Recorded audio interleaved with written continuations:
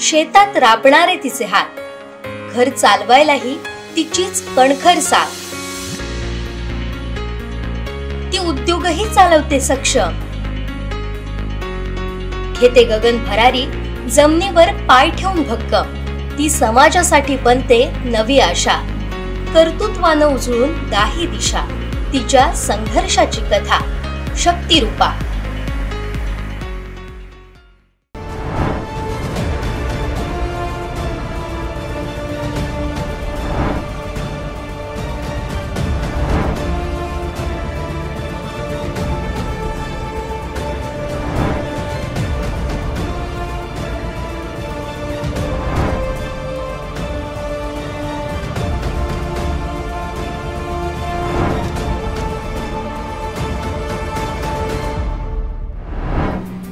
वयाच्या अवघ्या 5व्या वर्षी पितृछत्र हरपतं. घरची परिस्थिती हालाकीची असल्यामुळे सगळी जबाबदारी लहान वयातच अंगावर येते. आई कष्टानं लेकरांना शिकवते, त्यांचं शिक्षण पूर्ण करते. ही परिस्थिती बदलावी यासाठी मुंबईत जाऊन ती नोकरी पण घेते, पण कोरोनात ही नोकरीही जाते. ती जिद्द सोडत नाही. आईच्या कष्टाचं बळ घेऊन ती सातत्यानं प्रयत्न करते आणि पहिल्याच प्रयत्नात सिंधुदुर्ग पोलीस दलात दाखल होते. ही संघर्षाची कहाणी आहे वैभववाडीच्या पोलीस कर्मचारी पूजा नारकर मॅडम यांची. या त्यांच्या संघर्षाविषयी जाणून घेणार आहोत कोकण 7 लाईव्हच्या शक्तिरूपा या विशेष कार्यक्रमात.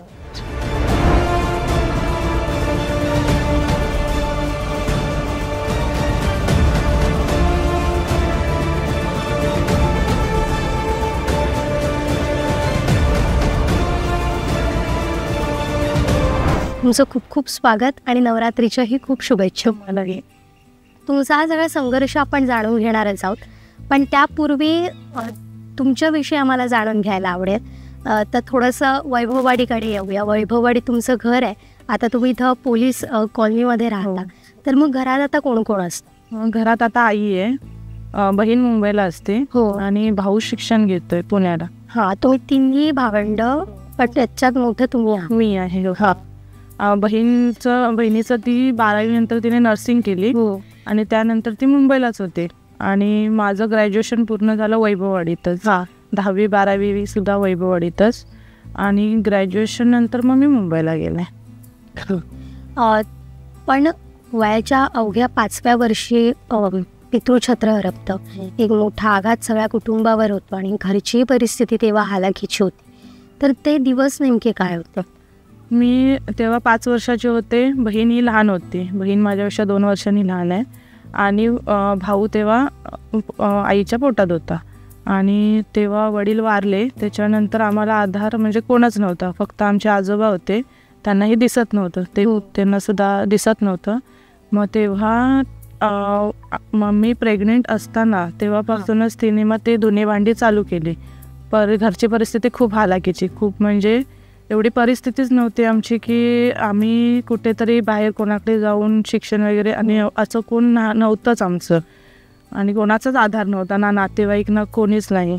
मग त्याच्यानंतर आजोबांना दिसत नव्हतं त्यामुळे, आणि त्यांचंसुद्धा वय खूप होतं. मग त्यांचीसुद्धा जबाबदारी आईवरच. मग आईने धुणी भांडी म्हणजे जे मिळेल ते काम, प्लस आमची शेतीसुद्धा होती, तीसुद्धा आम्ही करत होतो. म्हणजे जेव्हा मला कळायला लागलं तेव्हापासून मी आईबरोबर शेतात कुठलंही काम पडू देते आम्ही दोघीजणी करत होतो. त्यानंतर मग ते आई धुणी भांडी वगैरे करायची, मी शेतातलं काम, गुरं राखून वगैरे शिक्षण पूर्ण करायचं. गुरांकडे जाताना सुद्धा मी पुस्तक घेऊन जायचे. तेव्हा मोबाईल काय नव्हता. मग गुरं राखायला जाताना पुस्तक सोबत असायचंच माझ्या कायम. मग गुरांकडे जाताना पुस्तक वाचायचं, हे करायचं, असं शिक्षण पूर्ण केलं. किती वेळ त्याच्यात जायचा? म्हणजे शेतातली कामं असतील, त्यानंतर गुराढोरांना संध्याकाळच्या वेळेत चरायला घेऊन जाणं, किती वेळ त्यात सगळा जायचा? अभ्यासाला कसा वेळ देणं? सकाळी मी शाळेत जायच्या आधी गुरांना घेऊन जायचे. मग तिकडे जाताना पुस्तक घेऊन अभ्यास, आपल्याला जो शाळेत सांगतात घरून अभ्यास करून या, तो मी गुरांकडेच करायचे अभ्यास. वही असू दे किंवा काही पुस्तक मी जाताना घेऊनच जायचे. आणि आमच्या इथे म्हणजे एक असं हे नदीच्या इकडे मी घेऊन जायचे गुरांना, आणि तिथे एक घर आहे. गुरांना चरवत तिथे घरात, तिथे अंगणात बसून अभ्यास करून असं हे केलं. मी 10वीची परीक्षा दिली. त्याच्यानंतर आजोबा आता हल्लीच वारले, 2 वर्ष झाले, पण त्यांचा खूप आधार होता आम्हाला, खूप मोठा आधार त्यांचाच होता आम्हाला. का तर एक पुरुष घरात आहे ते आमचे आजोबाच होते. जरी दिसत नव्हतं त्यांना, तरी पण आम्हाला आजोबा म्हणजे वडिलांप्रमाणेच आम्हाला, म्हणजे वडील आता 5व्या वर्षी मला एवढं काय कळत नव्हतं, पण वडील ही कन्सेप्ट आम्हाला अजूनही माहीत नाही, म्हणजे काय वडील कसे असतात, काय प्रेम हे आम्हाला मिळालेलंच नाही. मग ते आम्हाला आजोबांकडूनच मिळालं. आम्ही लहान होतो तेव्हापासून आजोबाच आम्हाला बघायचे. त्यांचं ऑपरेशन होतं डोळ्यांचं, पण ते जेव्हा मम्मी प्रेग्नंट होती मग ती मामाकडे गेलेली, डिलेवरी होती, मग तेव्हा त्याच वेळी त्यांचं ऑपरेशनसुद्धा होतं, पण ते ऑपरेशनला नाही म्हणले, माझ्या मुलांकडे मी राहतो, का तर माझी सून तिकडे गावी गेले, मग माझ्या मुलांकडे कोण, म्हणून ते ऑपरेशन न करता आमच्याबरोबर राहिले होते तेव्हा. पण तो काळ फार कठीण होता आणि तुमची आई पण गरोदर होती, पण त्यावेळी मग ही सगळी परिस्थिती तिने कशी हाताळली? एक आई म्हणून त्यात पुन्हा सगळी तुमची जबाबदारी तिच्याकडे होती. हो, तिने हाताळली, म्हणजे तिचं खूप मोठं कष्ट आहे त्यामागे आणि खूप मोठं ते हे. तिचं वय एवढं पण नव्हतं तेव्हा, पहिले लग्न खूप लवकर करत होते आणि माझी आई राधानगरी साईडची असल्यामुळे तिचं खूप कमी वयात लग्न झालेलं. खूप कमी वयात तिने खूप मोठी जबाबदारी घेतली, 3 मुलांची प्लस सासरे. तिने दोन्ही भांडी कुठे, म्हणजे दिवसभर ती कामात दिवसभर कामात, शेती करायची. तिने असं वडिलांची कमी भासू दिलीच नाही, कुठलीही गोष्ट असू दे आणून द्यायची ती आम्हाला, कसेही कष्ट करून ती आमच्या हट्ट असू दे काही असू दे पूर्ण करायचे. पण तुम्हाला तिला कसा वेळ देता यायचा? म्हणजे सकाळपासूनच ती ह्या सगळ्या गावात असायची, मग रात्रीच जे काय असेल ते रात्रीच आम्ही एकत्र बसून वगैरे हे करायचो. तरी पण तो पूर्ण दिवस कामातच. आम्ही शाळेतून आलो की तरी पण नसायची, शाळेतून आलो तरी ती घरी नसायची, ती कुठेतरी शेतात इकडे तिकडे, आजोबाच असायचे घरी. ती आली संध्याकाळी यायची, ते संध्याकाळनंतर मग जो रात्रीचा वेळ असायचा तोच तिच्यासाठी असायचा. मग घरात तुम्ही मोठ्या असल्यामुळे सगळी जबाबदारी पुन्हा तुमच्याकडे यायची, म्हणजे भावंडांना सांभाळलं बाकीचं. मग ते तुम्ही कसं मॅनेज करत होता? कारण तेव्हा शाळा पण होती आणि त्यानंतर कॉलेज पण सुरू झालेलं. म्हणजे बहिणीचं पण शिक्षण चालूच होतं तेव्हाही, भाऊ लहान होता. मग गुरं घेऊन जायचं यायचं. मग आम्ही आणि माझी बहीण एकत्रच शाळेत जायचो. हायस्कूलमध्ये पण आम्ही एकत्र. शिकलात तुम्ही दोघी? आम्ही माधवराव वैभव कोकिसरे गावातच आमचं माधवराव पवार विद्यालय, तिथे आमचं हायस्कूल आहे. आणि मराठी शाळा आमच्या वाडीतच आहे कोकिसरे गावात. आणि माझं ग्रॅज्युएशन वैभववाडीत रावराणे कॉलेजमध्ये झालं. अच्छा. आणि तिचं पण 12वी नंतर तिने हे निवडलं, नर्सिंग. 12वी नंतर तिने नर्सिंग तिथेच केली वैभववाडीत. त्यानंतर ती मुंबईला गेली. हो, म्हणजे तसं म्हणायला गेलं तर माझ्या आधी तीच जॉबला लागली. हा, म्हणजे मी नंतर मग ग्रॅज्युएशन नंतर मी मुंबईला गेले, जॉब केला, पण कोरोना आला. 20 मध्ये कोरोना आला. त्याच्यानंतर मग आम्ही दोघेही घरी आलो. नाही, ती तिथे थांबली. ती नर्सिंगला म्हणजे जॉब ती करत होती, नर्स होती, त्यामुळे जॉब करत होती. ती जॉब म्हणजे ओव्हर टाईम वगैरे करून ती इकडे पैसे पाठवत होती गावी. माझा जॉब गेला होता लॉकडाऊनमुळे. त्याच्यानंतर मग मी असंच एकदा ॲडव्हर्टाईज बघितली टी व्हीला पोलीस भरतीची, आणि माझी आईची आधीपासूनच इच्छा होती की मी पोलीस व्हावं. त्याकडे मी येणार आहे, पण मला हे जाणून नक्कीच घ्यायला आवडेल, जेव्हा कोरोनात तुमचा जॉब गेला हातात, म्हणजे जबाबदारी पण होती, पैसे पण घरी पाठवायचं, हे सगळं टेन्शन होतं, मग काय करावं, कसं करावं, आणि त्यात कोरोना असल्यामुळे जीवाची पण भीती होती. काय केलं तुम्ही त्यावेळी? कशी ती परिस्थिती हाताळली? मी मुळात आधी गावी येणारच नव्हते, लॉकडाऊन पडलेलं, पण मी गावी येणार नव्हते. पण माझी आई म्हणायला लागली, नको तू ये गावी, तिथे तरी काय करणार आहेस, ये तू गावी. आणि त्याच्यानंतर कर्फ्यूज लागू झाला. बरोबर. आणि मग मी गावी आल्यानंतर मला काय सुचतच नव्हतं. मी म्हणजे बसून बसून काय हेच होत नव्हतं, बसून तरी करणार काय. मग मी म्हणजे बहीण मग तिकडे ओव्हर टाईम वगैरे करायला लागले. तरी पण एवढं काय हे घर एवढं चालवायला एकटीवर म्हणजे पॉसिबल नाही. मग मी हे ॲडव्हर्टाईज बघितली टी व्हीला. मग माझ्या मनात असा विचार आला की द्यावी म्हणजे करून तरी बघावं होतं का. मग आईचा तो सपोर्ट होताच मला की तू होच, म्हणजे ती आधीपासून 12वीपासूनच माझ्या मागे लागलेली, तू पोलीस हो पोलीस हो पोलीस हो म्हणून. मी एवढं काय हे घेतलं नव्हतं मनावर, का तर ते क्लासेस वगैरे एवढी फीज आपल्याला जमणार नाही. म्हणून मी म्हणलं नको एवढे क्लासेसला, आणि कुठे पैसे कुठून आणणार एवढे पैसे. म्हणून मग मी म्हणलं जॉबच करूया, आपण मुंबईला जाऊया, जॉब करूया. पण त्यात पण लॉकडाऊनने जॉब गेला. मग तरी पण बहिणीच्या याच्यावर आम्ही थोडे दिवस काढले कसे कसे. आणि लॉकडाऊनमध्ये सुद्धा मम्मी घरात म्हणजे घरी बसून नव्हती, ती पण हॉटेलमध्ये किंवा हॉटेलमध्ये म्हणजे ते साफसफाईचं काम वगैरे, शेतातली कामं लॉकडाऊनमध्ये चालूच होती, लावणी वगैरे. मग लावणी लावायला, भातं कापायला अशी आम्ही कामं केलीत लॉकडाऊनमध्ये. मग त्याच्यानंतर मग मी ठरवलं की द्यायची भरती. लॉकडाऊनमध्ये मी ऑनलाईन पुस्तकं मागवली आणि मग घरात बसून थोडा मी अभ्यास करत होते. त्यानंतर मग फिजिकलचं काय नव्हतंच तिथे, म्हणजे आपल्याकडे वातावरणच नाही ह्याचं भरतीचं, फिजिकलला मार्गदर्शन कोणच नव्हतं. त्यानंतर मी एकदा बसमधून एक हे बघितलेलं, मी ॲडव्हर्टाईज बघितलेली पोस्टरला, एकलव्य अकॅडमी, ती तिकडे बळपड येते कोल्हापूरला. तर तिथे जायचं मी ठरवलं, कारण का माझे मामा वगैरे तिकडलेच आहेत कोल्हापूरचे. मम्मीचा मला सपोर्टच होता, ती म्हणत होती तू जा म्हणून. पण मी भरतीचं हे कसं सुरू झालं मग? तिथे जाणं, त्यानंतर तिथे राहणं, अभ्यास करणं. म्हणजे मी आधी ठरवलं की जायचं, पण फीज वगैरे किती असेल काय असेल माहीत नाही, आणि लॉकडाऊनमुळे तर इन्कम बंदच होतं. मग मी आधी म्हणलं जाऊन मी विचारून येते फीज वगैरे कशी आहे, तिथलं हे कसं आहे, प्रॅक्टिस वगैरे कसं काय. मग मी गेले, फीज वगैरे होते म्हणजे आपल्या ह्याच्यात होते. आणि तिथे म्हणजे असं होतं तेव्हा मुलींसाठी तिथे जर नाहीच झालं त्या ह्याच्यात तर फीज ते परत देणार असं त्यांचं हे होतं. मग मी म्हणलं जाऊ दे, फीज परत मिळते तर आपण ट्राय करून काय म्हणजे काय हरकत आहे ट्राय करायला, म्हणून मी गेले. आणि तिथे मुलींना पहिलं प्राधान्य आहे की मुलींसाठी शिक्षक वेगळे, राहायची सोय वगैरे चांगली असं आहे. म्हणून मग मी एक दिवस गेले आणि चौकशी करून आले तिथून. मग मी आईला विचारलं मी जाऊ का, तर ती तयारच होती, तू जाच म्हणून, तू जा, प्रयत्न कर, होईल. मग मी गेल्यावर म्हणजे लॉकडाऊनमध्ये असं झालेलं की बसून बसून खूपच वजन वाढलेलं, मला रनिंग वगैरे काहीच जमत नव्हतं.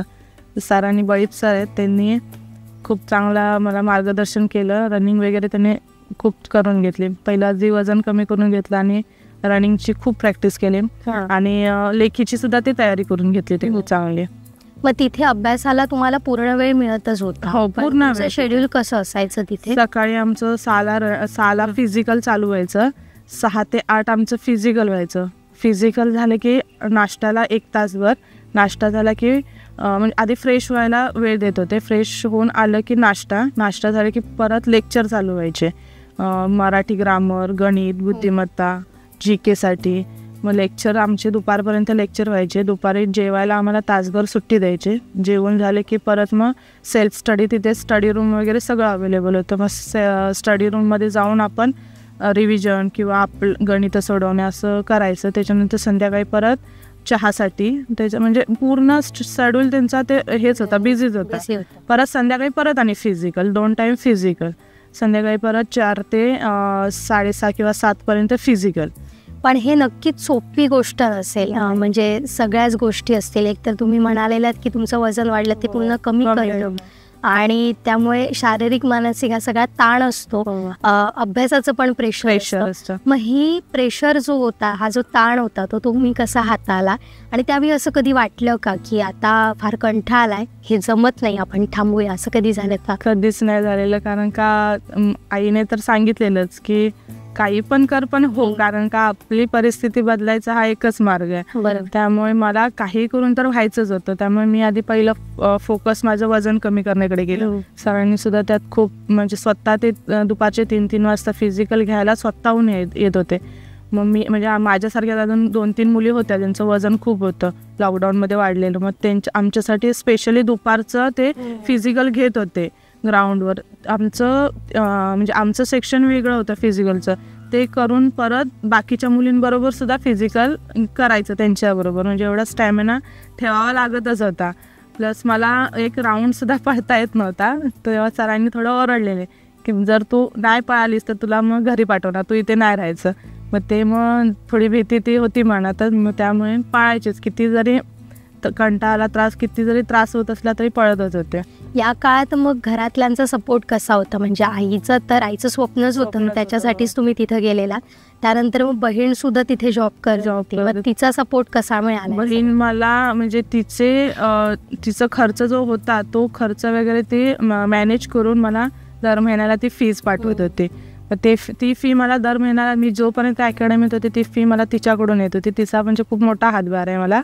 ती फी मला ती दर महिन्याला न चुकता पाठवत होते, म्हणजे मागावं पण लागत नव्हतं. म्हणजे मला असं वाटायचं मी मोठी बहीण आणि ती मी बारकीकडून पैसे घेते तर कसं, पण मी मला कधी मागायला पण तिच्याकडे वेळ आली नाही. ती स्वतःहून मला पाठवत होती पैसे. तो मोठा हातभार तिचा लागला, त्यामुळे मला म्हणजे अकॅडमीत घेता आलं, जॉईन करता आली अकॅडमी. नाही तर मग काय स्वतः सेल्फ म्हणजे फिजिकल अभ्यास होतो पण फिजिकल होत नाही सेल्फने, आणि त्यासाठी मार्गदर्शन लागतं. हो, मार्गदर्शन मग त्यांनीच दिलं ते फिजिकल वगैरे, म्हणजे कारण की मला काहीच माहीतच नव्हतं पोलीस भरती म्हणजे काय प्रक्रिया माहिती नव्हती. त्यामुळे तिथे अशा अकॅडमीमध्ये जाण्याचा फायदा असतो. आणि आपल्यासारख्या ग्रामीण भागातल्या लोकांना तर त्याबद्दलची काही काहीच नाही. आणि खास करून इकडे कसं आहे म्हणजे वैभववाडी साईडला तर कुठली अकॅडमी नाहीच आहे. बरोबर. आणि वातावरण भरतीचं म्हणजे कुठलीच नाही, ना आर्मी भरतीचं वातावरण ना पोलीस भरतीचं वातावरण कुठेच नाही. आम्ही जात होतो दोघी तिघीच जात होतो आम्ही सकाळचं, पण त्यात सुद्धा त्या दोघी पण नंतर गायबच झाल्या. मग मी एकटीच. मग तरी पण ते एकटीला होत नाही, आपण म्हणजे आपल्याला माहीतच नसतं रनिंग कसं, स्टेप बाय स्टेप वर्कआउट कुठला. त्यामुळे ते अकॅडमीचा मला तो फायदा झाला की मला कळलं की आपण आज कुठला वर्कआउट करायला पाहिजे, उद्या 100 मीटरसाठी स्पीडसाठी कुठला वर्कआउट असतो, 800ला स्टॅमिनासाठी कुठला वर्कआउट, गोळाफेकसाठी. तर अकॅडमीमध्ये प्रॉपर ते सगळं त्यांनी मार्गदर्शन केलं. म्हणजे टेक्निकल गोष्टी ज्या गरजेच्या असतात या भरतींसाठी ते तुम्हाला माहिती मिळाली.